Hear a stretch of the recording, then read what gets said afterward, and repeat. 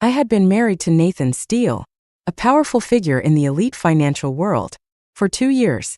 Aside from the 3 routine nights a week, he had always been distant toward me. Then, news broke that Nathan Steele had wiped away my sister's tears and took a private jet to chase after the woman he loved. It dominated the trending searches. Heartbroken, I left without a word, pregnant with his child, and disappeared. 2 years later, Nathan Steele and his bodyguards blocked me at the entrance of my apartment. I froze for a moment. Before he could speak, I shoved the baby girl in my arms into his brother-in-law's hands. "You're just in time. Help me watch her for a bit. My boyfriend is taking me out to dinner." Nathan Steele held the baby in one hand and pinned me against the door with the other. He tilted his head slightly toward his brother-in-law and smirked. "You're really something." "Huh. My daughter, Emma Zhao," widened her eyes in curiosity. "Ew," was so shocked that my eyes went round. Nathan Steele glanced at his daughter, then leaned in close to me, his voice dropping into a low whisper. "You really need to be taught a lesson. Jessica Zhao." The office was bustling with excitement that afternoon. One of my female colleagues had just gotten engaged, and her fiancé had given her a diamond ring the size of a baccarat crystal. All the female teachers crowded around, marveling at it with admiration. After offering my polite congratulations, I returned to my desk and continued working on my lesson plans. That colleague had always been passive-aggressive toward me. Now, she seized the chance to take a jab. "Jessica, your Bulgari wedding ring is quite nice too." "Thanks. It's just a simple, basic design. No diamonds, but it's still a luxury brand, I suppose." "Well, your husband isn't too bad." Then, I smiled but didn't reply. "We've worked together for so long, and we still don't know what your husband even looks like." "That's right. Jessica, when will you bring him out for us to meet?" "He's busy with work. Not really into socializing." My colleague scoffed. "Oh, come on. How busy could he possibly be? Busier than the mayor." "Yeah, surely he has time for a meal at least.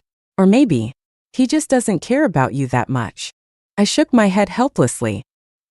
"He's genuinely busy." Another voice chimed in mockingly. "Or maybe, she just doesn't want us to see him." Hilarious. "Do you think everyone is dying to steal your contract-bound husband?" I stood up and calmly looked at the woman in front of me. "My husband is picking me up after work. If you want to see him, you're welcome to join." When Nathan Steele's globally limited edition Cullinan pulled up at the school gate, the entire campus erupted in whispers.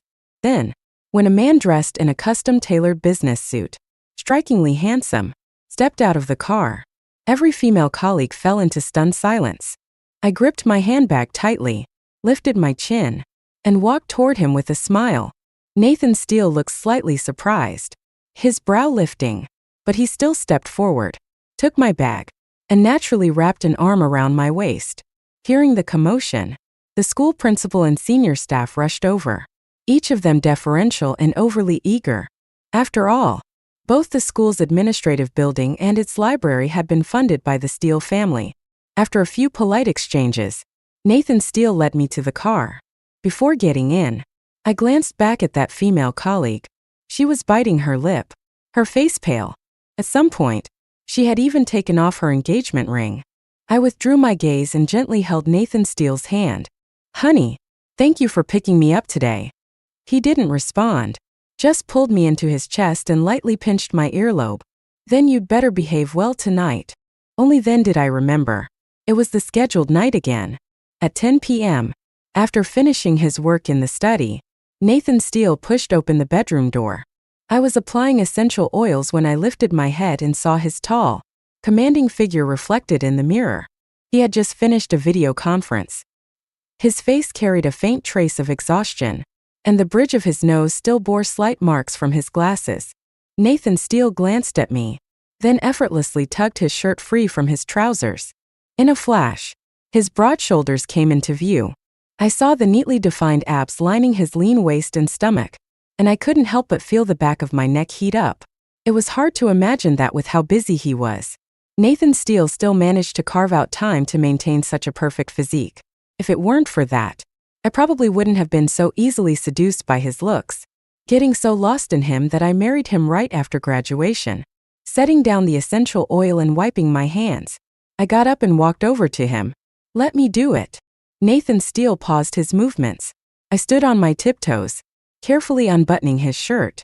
But before I could undo them all, he suddenly lifted me and placed me on the windowsill. He lowered his head and gently bit my earlobe. "Why do you smell so good?" "I just used the new skincare oil I bought." Nathan let out a low chuckle. His long, strong fingers gripped my waist, his fingertips pressing against the soft flesh there. Then, with a firm tug, he pulled me into his embrace. I could clearly feel his change, and my eyes instinctively lowered in embarrassment. "Honey," I murmured, resting my head against his chest, listening to the strong, steady rhythm of his heartbeat. Nathan was already pressing down, his lips capturing mine. I had originally wanted to ask him whether the rumors about a rich and beautiful intern at his company pursuing him were true. After all, even my best friend had heard about it. But Nathan knew my body too well. Under his touch, my thoughts became a blur. My mind emptied completely. Bottles and jars on the vanity table tipped over in disarray. Nathan gripped my chin, turning my face toward the mirror. In the reflection, I saw my own flushed complexion. My round almond eyes misted with heat, shimmering like embers in a soft blaze. "Jessica." Nathan's voice was hoarse. I looked up at him, my lips slightly parted. His eyes had faint traces of red from exhaustion. After working overtime for several days straight, his body and mind had been pushed to the limit. Maybe for Nathan, our 3 scheduled nights a week were his best way to relieve stress. But for me, they were the moments I felt closest to him. Strange, sour ache welled up in my chest.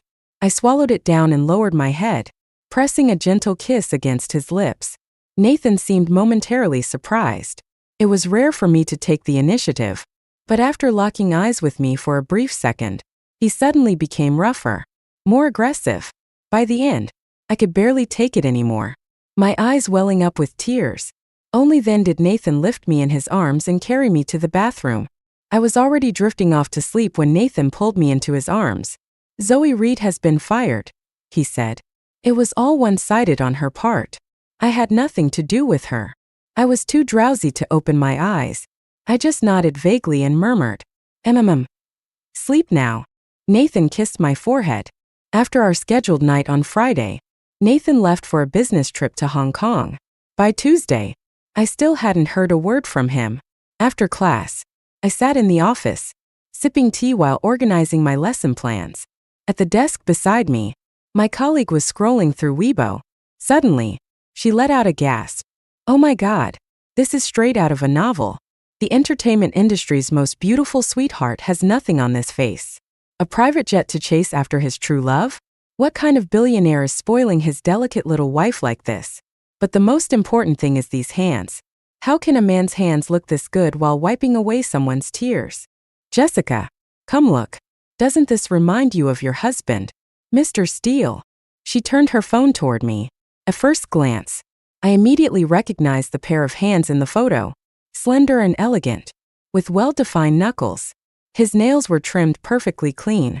On the ring finger of his left hand was a Bulgari wedding band, the exact match to the one I was wearing. Instinctively, I curled my fingers inward, clenching them into a fist. Those hands had touched me countless times. I had even secretly traced their shape while he was asleep. I knew them better than I knew myself. Even Nathan probably didn't realize that on his left hand, near the base of his ring finger, there was a tiny brown mole. I had kissed it in secret before. As I stared at the photo, my tears suddenly began to fall. Nathan Steele was wiping another woman's tears, and that woman was my half-sister. He had never once wiped away mine. Maybe he didn't even know how many times I had cried since marrying him. Nathan's call came in just as I was sitting alone in a cafe, staring blankly into space. That photo had been the final trigger. Ever since I saw it, wave after wave of thoughts had flooded my mind. And then, I realized something. The world I lived in, it was nothing more than a poorly written romance novel. And I was just the disposable supporting character in it. Nathan Steele's true love had always been my sister, Grayshow. The only reason he married me in the first place was because she had abruptly broken up with him and left the country. Enraged, he impulsively proposed to me. distant from my parents and my sister. I had been kept completely in the dark all along. Now, Grace was dying. Her final wish was to spend her last moments by Nathan's side. And because I stubbornly refused to divorce him, I was pressured into giving up my child. As if that weren't enough, Nathan even wanted me to donate a kidney to her to prolong her life. I had been married to him for 2 years. He had never once known that. Perhaps due to the Zhao family's genetics, my own health wasn't good either. If I lost this child, I would never be able to have another. I'll be back in Beijing the day after tomorrow. Do you want anything? Nathan's voice was as calm and indifferent as always. Clutching my phone, for the first time, I allowed myself to act a little spoiled. I want to eat Portuguese egg tarts from Macau, from the oldest bakery there. Nathan seemed to pause for a second. Okay, anything else? I want my husband to come home early. For the first time, I acted coy. I'll be back the day after tomorrow. I wasn't sure if it was just my imagination, but Nathan's voice seemed a little gentler than usual. After ending the call, he instructed his assistant to reroute his trip to Macau the next day. The assistant was surprised but quickly adjusted the schedule. Nathan set his phone down on the table, lit a cigarette, and for some reason, suddenly chuckled. Even his usually cold and distant eyes seemed to hold a hint of something softer, something almost impossible to hide. On my way home, a series of photos of Grace Zhao crying quietly suddenly hit the trending searches. A top comment was pinned. I think I finally understand the power of a first love. That reply sparked heated discussions. Yeah, just a few tears, or even just standing there silently, and she's already unbeatable. I don't even want to imagine what it'd be like if my husband had a first love like this. Even as a woman, I feel sorry for her. Seriously, what kind of man could resist this? Am I the only one who noticed? The hand wiping away her tears is gorgeous. Did you guys see the wedding ring on that hand? His wife must feel so pitiful. But honestly, losing to a woman like this doesn't feel so bad. Holy shit. It's been exposed. The private jet that picked her up. It belongs to the Steele family. Which Steele family? Which one do you think? My phone suddenly chimed with a new message. It was from my colleague, the one who had just gotten engaged. Jessica, is this your husband? I saw the wedding ring on his hand. It's the same as yours. And that private jet.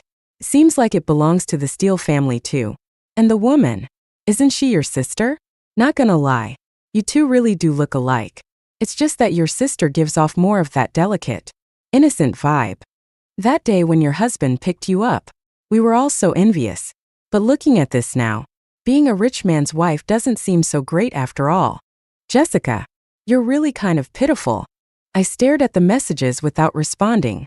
She wasn't wrong. The wedding ring was Nathan's. It was the exact match to the one on my hand. The private jet was his. I had only ridden it once. He was discreet, hated ostentation, and would never use it unless absolutely necessary. And yes, the woman in the photo was indeed my half-sister. Grace had always been frail since childhood, and our family had spoiled her because of it. Especially our father. Being a rich man's wife was definitely not as glamorous as people thought. But honestly, in the 2 years I had been married to Nathan Steele, my life had been relatively peaceful. Did I really deserve pity? I thought about it carefully. If I didn't foolishly yearn for my husband's love, not even a little, then no, I wasn't pitiful at all. But unfortunately, I wanted his love. The day Nathan came back, all the online discussions had completely disappeared. The trending searches had been wiped clean, as if nothing had ever happened, and he never brought it up. I pretended not to know anything. Sitting cross-legged on the sofa, I slowly ate my egg tart, savoring each bite. By the time Nathan Steele came out of the shower, I had already started on my third one.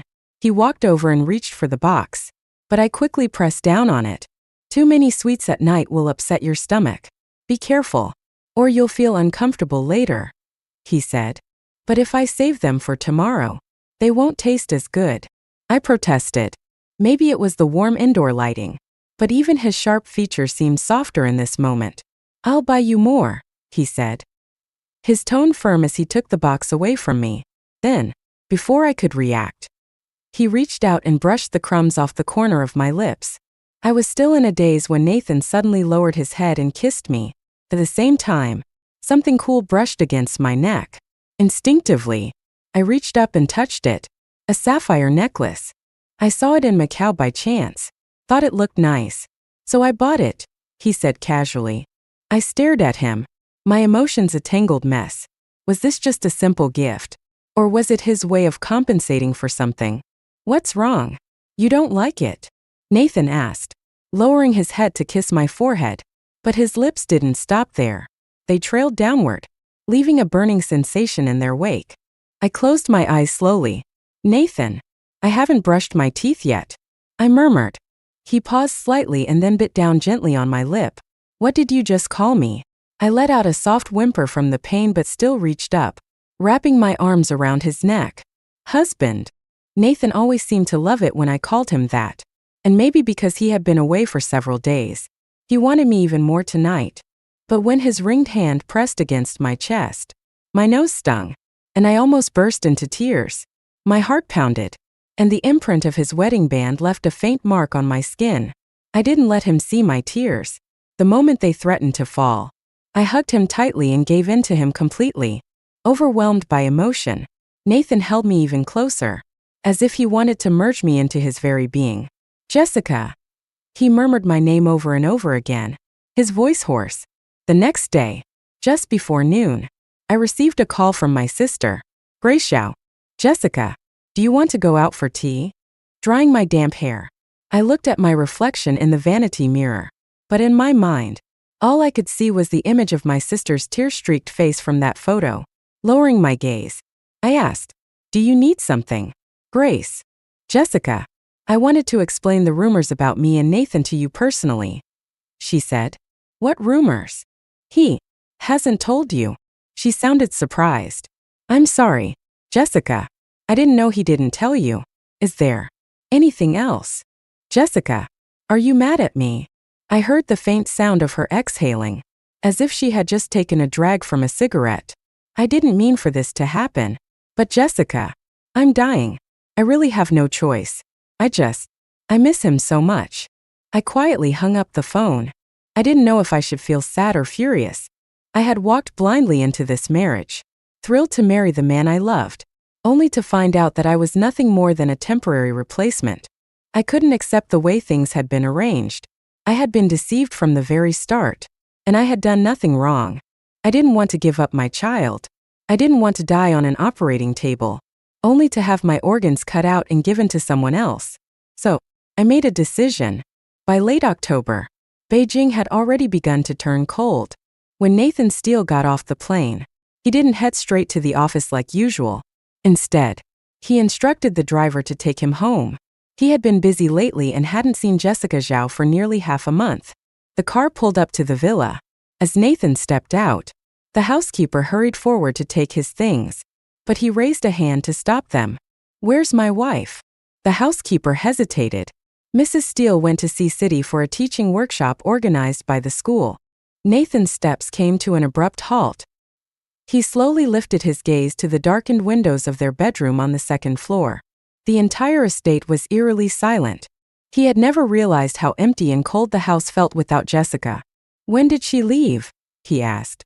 2 days ago, the housekeeper answered cautiously. Nathan said nothing else.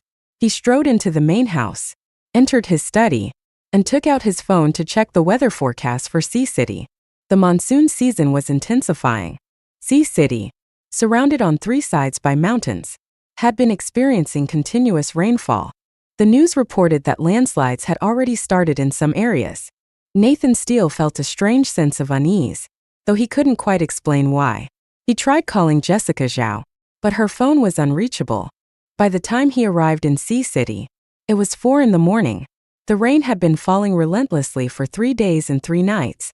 When the mudslide came, Jessica never made it out. Even her body had been swallowed by the collapsing mountainside and the rushing sludge. There was no way to recover it. The school principal, drenched in sweat, his legs weak with fear, dared not meet Nathan's gaze. Nathan sat on the sofa, his face unreadable, staring at the handbag in front of him. It was the only thing left of Jessica. The principal's forehead was beaded with cold sweat. Mr. Steele. Why? Why did you arrange for her to attend this event? No, it wasn't like that, Mr. Steele. The principal stammered.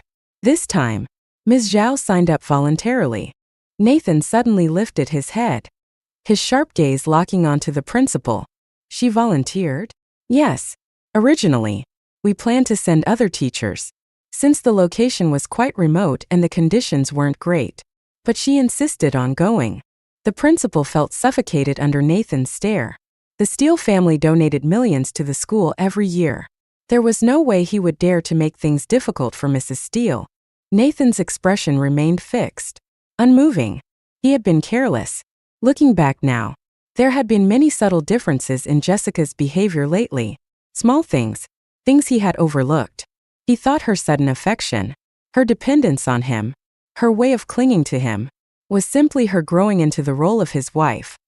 He had been pleased, even indulgent, watching her soften and change, but he never thought to ask why. For the next 2 days and nights, Nathan Steele didn't sleep.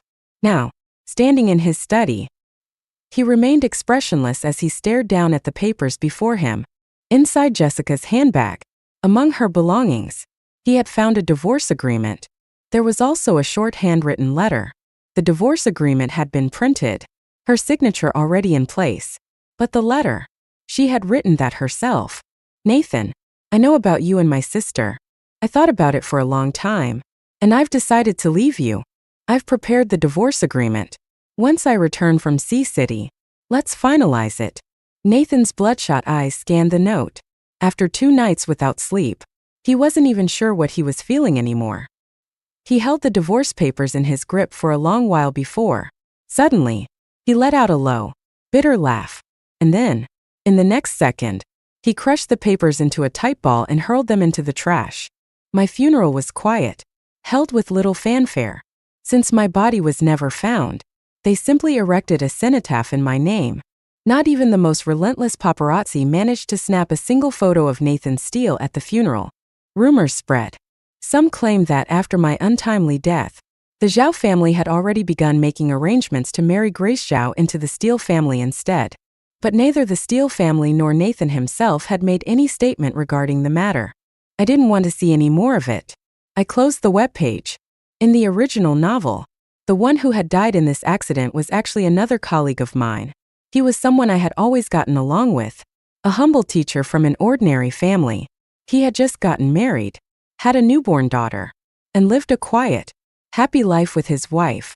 In the novel, after his death, his devastated husband never remarried, spent the rest of his life searching for his lost remains, and ultimately lived in sorrow. But this time, the one who died was me, an unnecessary, obstructive character. And because of that, my colleague got to live.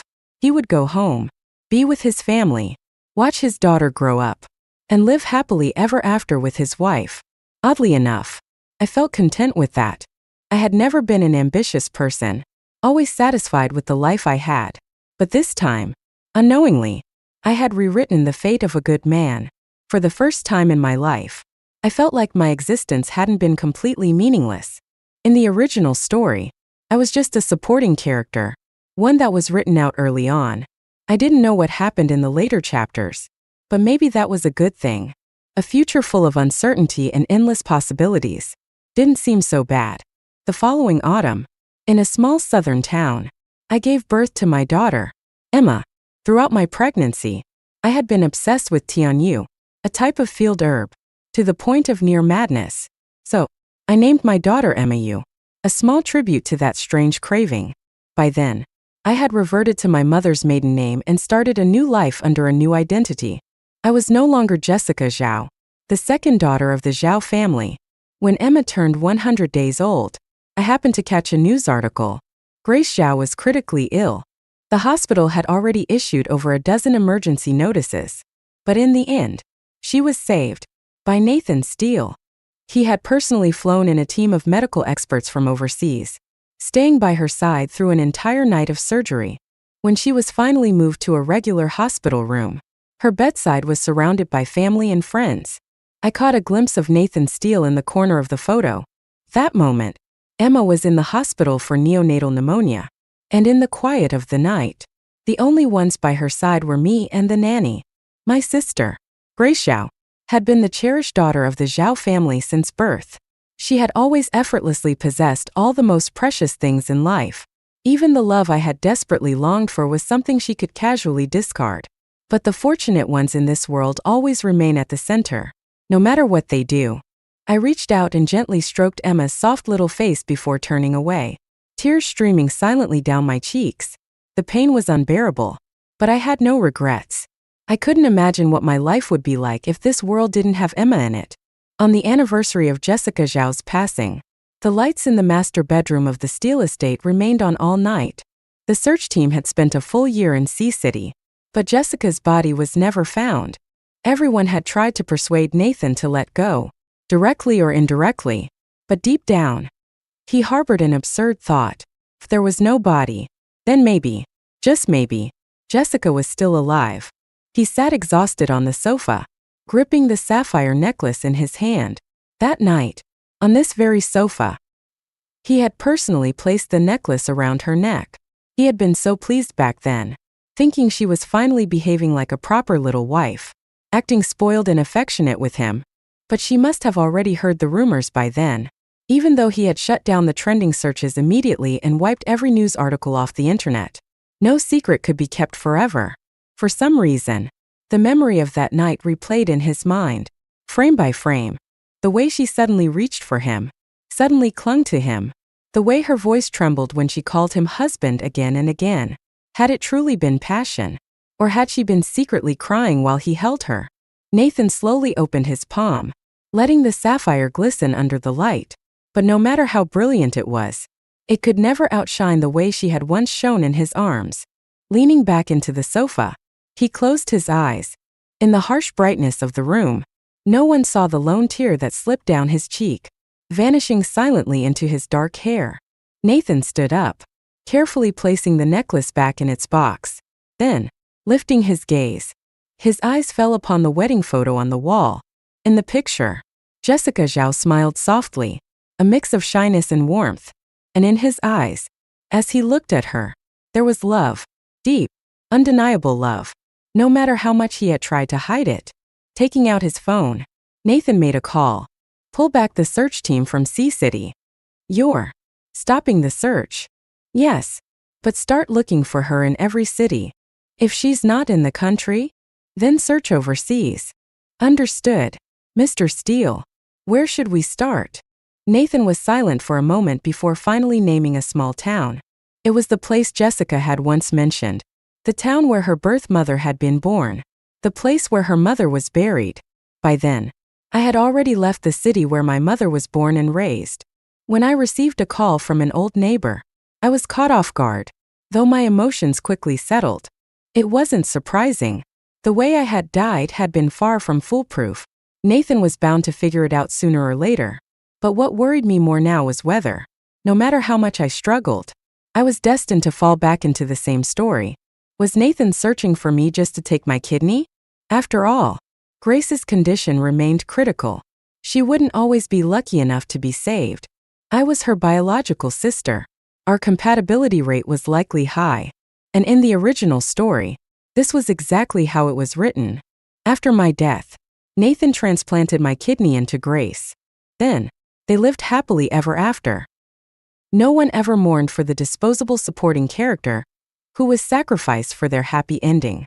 So how was I supposed to escape this fate? Not long after Emma's first birthday, I was about to leave for an errand when she clung to me like a baby koala, refusing to let go. No matter how much the nanny coaxed her, she wouldn't budge. And then, Nathan Steele appeared outside my apartment with a dozen bodyguards. I froze. So did Emma, who was still in my arms. Nathan's gaze first landed on me. Then, slowly, his eyes lowered to Emma. Before he could say a word, I scooped Emma up and thrust her into his arms. You're just in time. Brother-in-law, help me watch her for a bit. My boyfriend is taking me out to dinner. The first meeting between a father and daughter was hardly ever sentimental. People always said fatherly love had to be nurtured. Maybe, if Emma spent more time with him, he'd grow to love her. And maybe, just maybe, he'd learn to love me, too.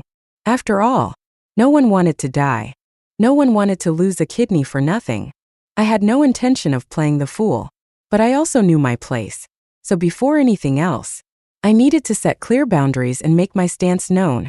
I would never interfere in whatever was going on between him and Grace, and in return, I hoped he would do me the favor of keeping his distance as well.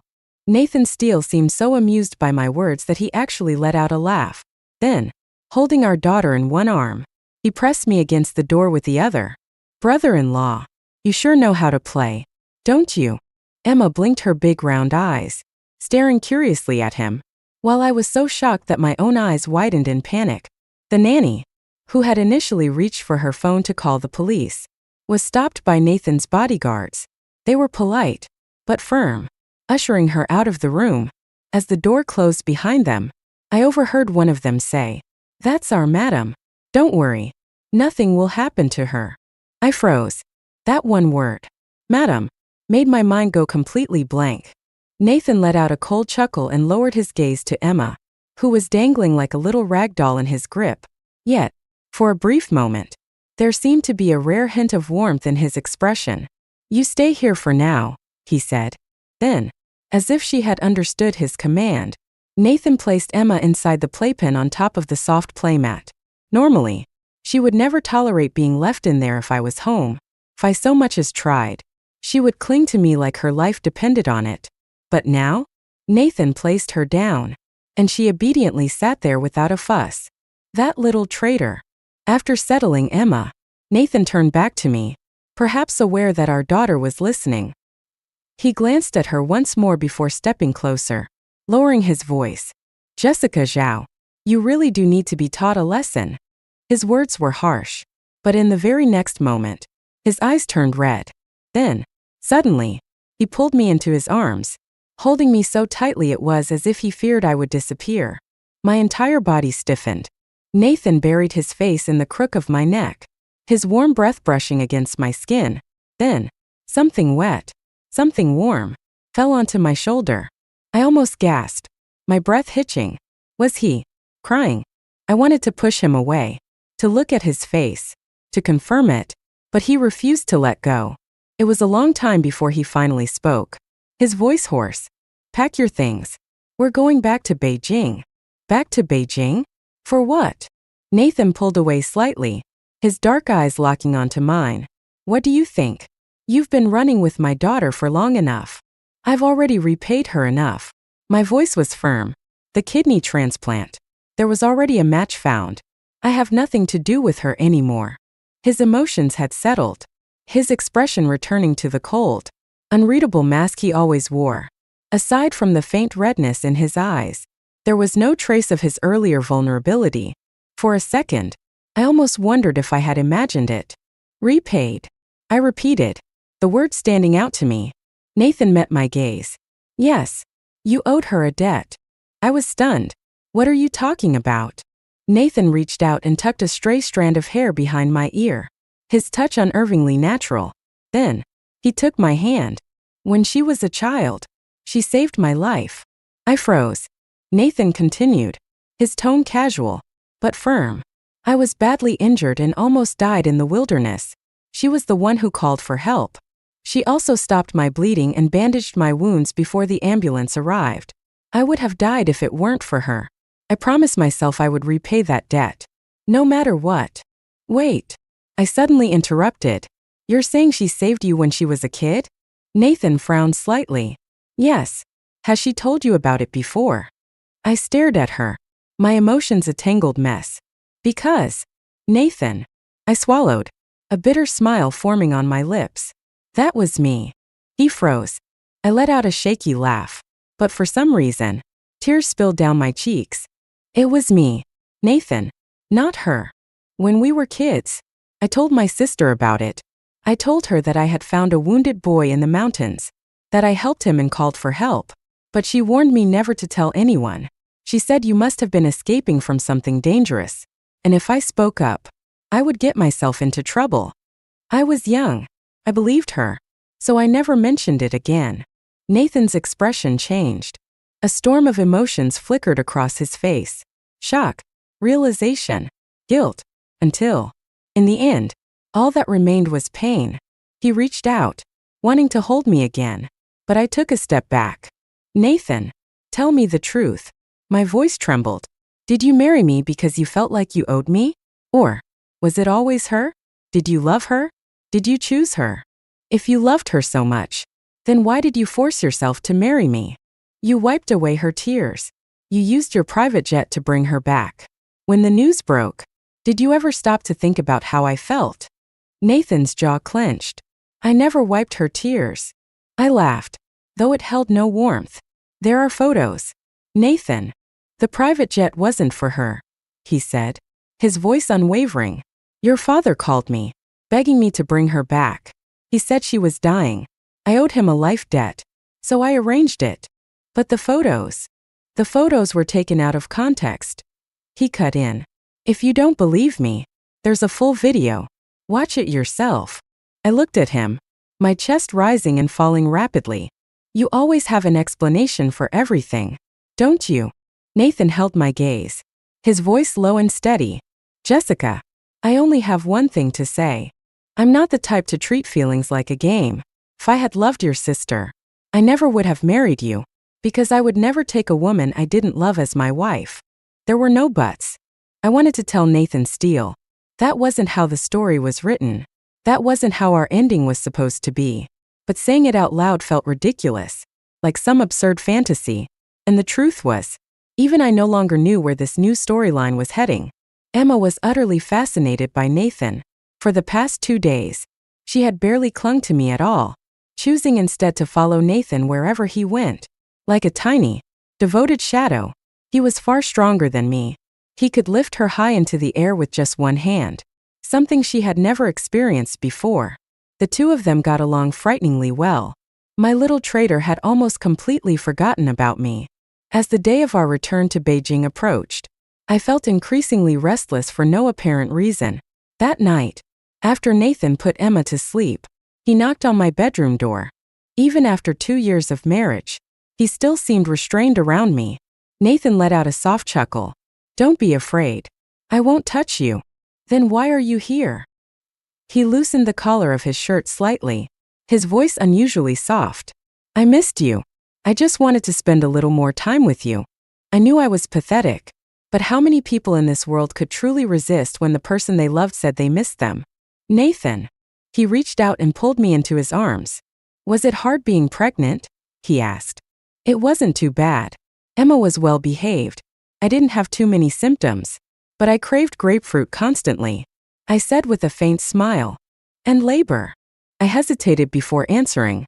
It was difficult. Grace Zhao had always been in poor health, and I was no stronger than the average person either. But thankfully, I had made it through.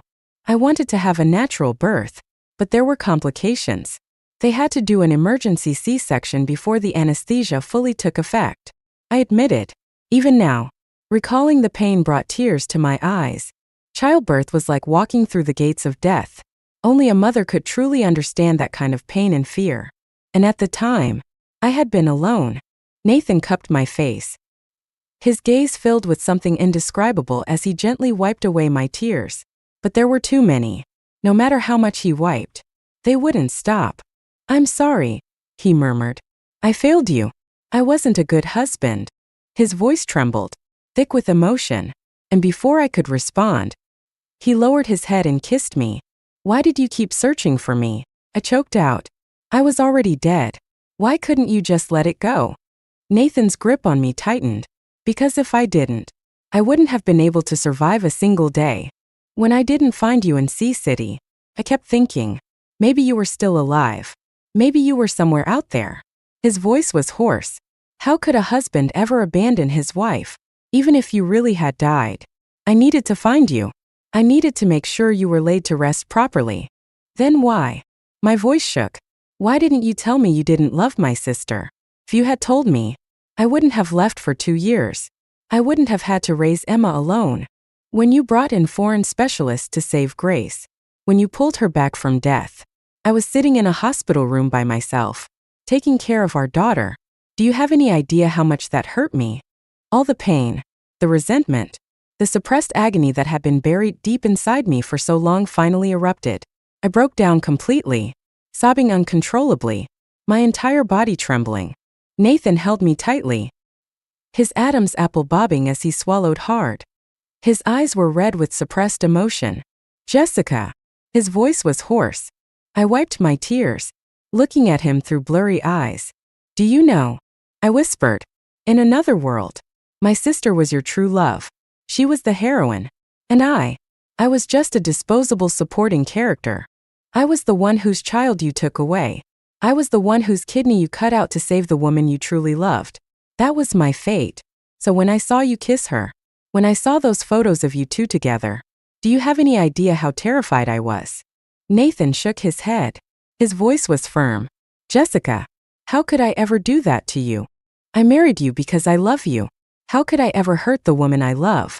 I don't know what other world you're talking about, but even if it truly existed, even if there was another version of me, I would never hurt my wife. His arms tightened around me. Besides, Jessica. His voice was gentle, filled with unwavering certainty. Do you really think a man like that deserves to be the hero of any story? I only have you. Not long after we returned to Beijing, Grace Zhao's surgery failed. She didn't have much time left. When I went to visit her at the hospital, Nathan left us alone in the room. She looked like a withered flower, barely holding on. As I gazed at her, all the resentment I had once harbored for her suddenly faded away. She stared at me for a long time. Her once bright eyes had turned dull and murky, filled with unshed tears. Jessica, she whispered. At this moment, I finally have to accept a truth. If something was never meant to be yours, no matter how hard you try to take it, it will never belong to you. I thought that saving his life, that growing up together as childhood sweethearts, would mean that I had a place in his heart. But in the end, he still fell in love with you. A single tear rolled down her cheek. Sister, I really envy you. But she would never understand. My entire youth had been overshadowed by her brilliance. Once upon a time, I had envied her too. Why was it that people never learned to cherish what they already had? In the end, all the things they fought for so desperately became nothing but fleeting dreams. The day after I left the hospital, Grace Zhao passed away. The Zhao family was devastated, wailing in grief. But as I watched them, I no longer cared to wonder whether they had grieved the same way when I died in the mudslide. None of it mattered anymore. I had more important things in my life now. Nathan came to pick me up from the hospital. Emma sat in his arms like a delicate little doll. When she saw me, she happily waved her chubby little hands, reaching out to be held. Nathan carried her over, and as soon as he got close, Emma flung herself into my arms. I kissed her soft cheeks. Let's go home. But halfway through the drive, Nathan suddenly instructed the driver to change routes. Emma will stay at the family estate tonight, he said. He held our daughter in one arm, but his other hand was firmly clasped around mine. Mom and Dad miss her. I looked straight ahead, but I couldn't help the small chuckle that escaped my lips. Are you sure it's them who miss her? Or do you have an ulterior motive? Nathan remained serious as he held Emma close. Then, leaning slightly toward my ear, he whispered, Mrs. Steele, since when did you become so naughty? I shot him a glare. He let out a low chuckle, tightening his grip around my fingers. In the end, Emma stayed at the family estate for 3 nights in a row. Nathan, meanwhile, had somehow mastered the art of seduction to an almost criminal degree. During one of our heated moments, as I gasped out husband over and over again, he suddenly grabbed my waist, pressing me down against the bed. What's wrong? He teased. Not calling me brother-in-law anymore? I thought you liked playing that game. I glared at him, but this time, my glare was tinged with something softer, something warmer. His tie was the first to be tossed aside.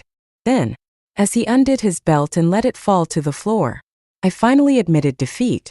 I turned my face away and closed my eyes. Jessica. Nathan lowered his head, pressing tender kisses along my skin, trailing down, lower and lower, until finally, his lips landed on the scar from my C-section. A C-section wasn't just a simple incision. It was 7 layers deep. A woman who had endured that pain to bring a child into the world deserved to be loved with a man's entire life. Nathan pressed a reverent kiss to the scar. "I've already scheduled the surgery," he murmured. I stiffened. "We won't have any more children. Jessica." I opened my mouth, but before I could say anything, he cut me off. "You don't have to worry about the Steele family's legacy. I'll take care of everything." His voice was steady, unwavering. "Besides, why can't a daughter inherit the family business?" At the time, I had laughed it off as nothing more than a joke. I never imagined that years later, our daughter would actually prove him right. The Hawaiian sun was perfect that day. Nathan and I were lounging under the warm rays, enjoying a quiet, blissful afternoon, when my phone rang. On the screen, Emma's name flashed. When I picked up, I was greeted by the sight of my daughter, now a poised and elegant woman dressed in a sharp business suit, her makeup flawless, exuding an aura of quiet power. And yet, the first thing she did was pout at me. "Mom, Dad, you're so mean," she whined. "You two are off on a vacation, enjoying yourselves, while you dump the whole corporation on me. I've been working non-stop for 2 weeks." I raised an eyebrow. "What's wrong? Did your boyfriend get mad at you?" Emma's expression shifted immediately. A smug, almost gloating look crossed her face. "Humph. As if he'd dare." Nathan smirked. "Oh, why wouldn't he dare? He's the young master of the Zhou family from Hong Kong, isn't he?" Emma lifted her chin. "And? I'm still the princess of the Steele Empire. If anything, he's the one marrying up." I laughed. "Don't bully him too much." She grinned. Got it. Got it." After we ended the call, I turned to Nathan. "So, are we really not letting our daughter marry outside the family?" Nathan leaned back lazily. "Do you think the Zhou family would even dare to refuse?" I sighed. "Fine. Whatever happens, happens. It's their business, not ours." He reached out and pulled me into his arms. "You should have focused on me a long time ago," he murmured. "You're so shameless." I muttered, but I couldn't stop the soft laugh that escaped me as I melted into his embrace. This time, I would be the one to write the ending of my own story, and I didn't think there could be a happier ending than this.